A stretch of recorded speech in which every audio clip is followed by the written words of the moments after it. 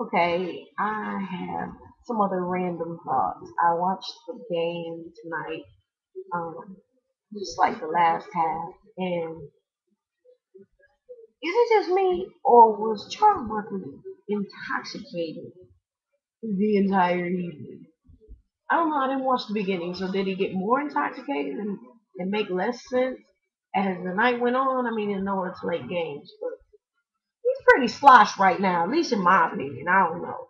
But he's taking a real long time to say what he's saying. He pretty much always has a challenge with his communication skills. You know, he was a basketball player, not a professor. So I guess my expectations might be a little high, but I do think he was a little in an altered state tonight. Now, let me get on. Let me turn this down a little bit. Let me get to my real random thought. Okay. I was at a program yesterday at church in the afternoon. Wasn't my church. I won't say what church it was. But what I will say is, if you do not have an extensive vocabulary, why do you try and use large words? I mean, there was a gentleman who was the MC, and it was a celebration of an anniversary of the church. And the gentleman said, our pastor had a vision, and we worked hard, and it came to Rishon. Rishon? Really, dude? What he wanted to say was fruition. But being that you had just a little bit of challenge with your vocabulary skills throughout the evening, I would have thought you would have made a better word selection. Like maybe you would have said, you know, my pastor had great vision and through his hard work it came to be. I mean, came to pass. I mean, it happened. We're here. Same feeling, same sentiment, much more simplistic sentence structure. People keep it simple. It's called the KISS process. Keep it simple, stupid. Okay, let me move to my next concern. In church, when you are asked to pray, can you kind of formulate your thoughts? Maybe they need to let the deacons know ahead of time. Deacon I'm going to ask you to pray during devotion. Can you kind of get your thoughts together? Because see, here's another funny thing that happened at the program. The gentleman was in a good prayer, and he started trying to make some elaborate thoughts. And again, if your educational capabilities are limited, then limit your level of trying to sound deep when maybe you're not. Okay, so he's praying, right?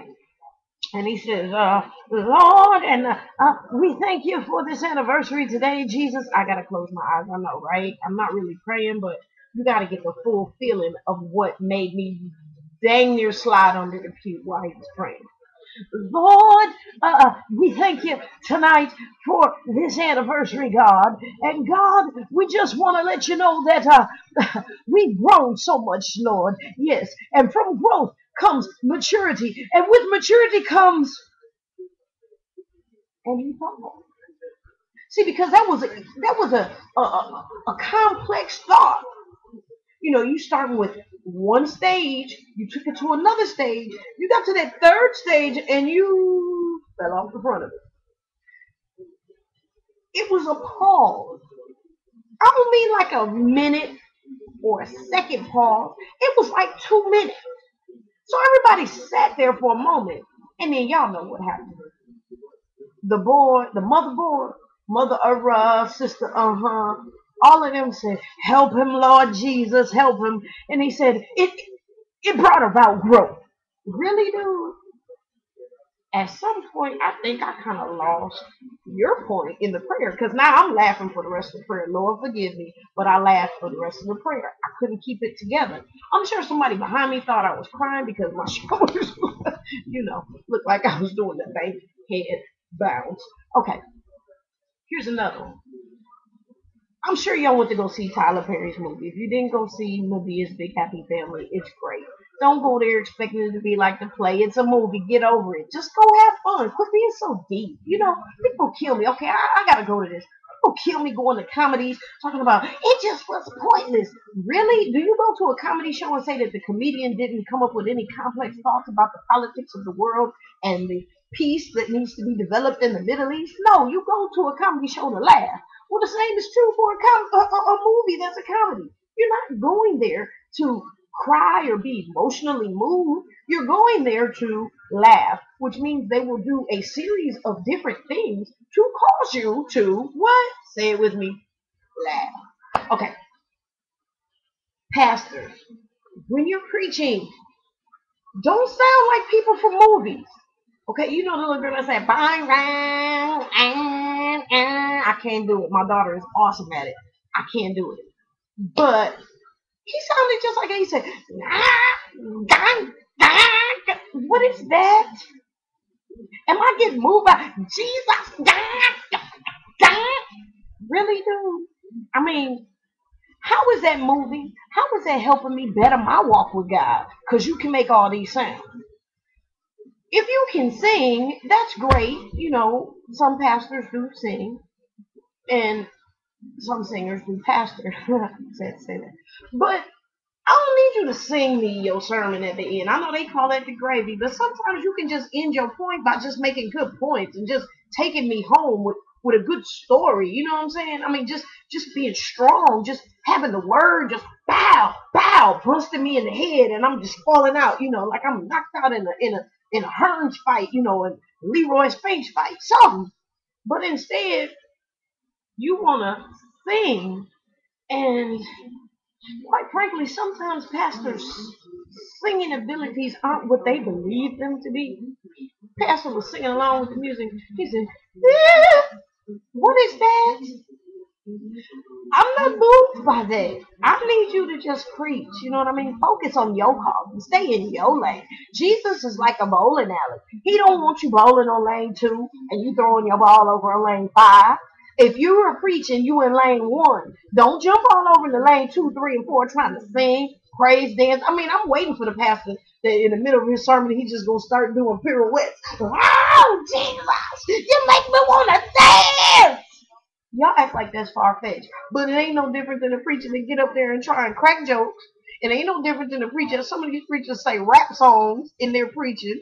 And it's no different than a preacher who try and sing and really can't sing. Let's just go. Y'all already got the robe done. Just go and do the praise dance. Okay, I know some of y'all go to the contemporary churches where they wear suits. But on the day that he want to praise dance, he need to just go and put on his little robe and go on, you know, when he get to the end on that gravy, he be like, Jesus!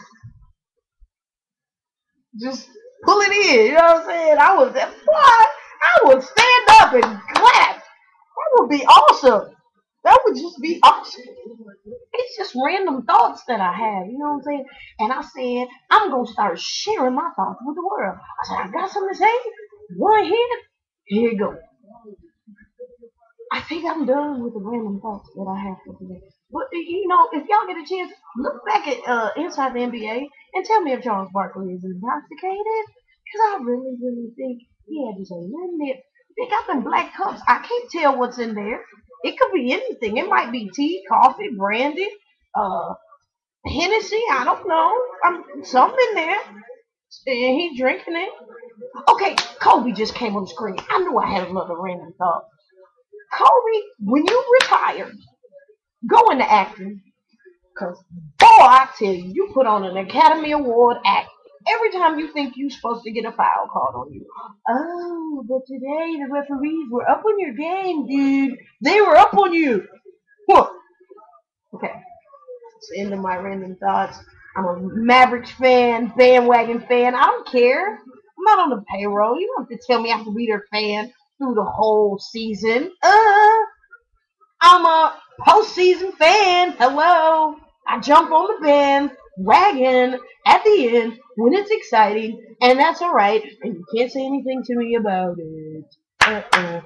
So go Mavs, go Heat. Yeah, love it.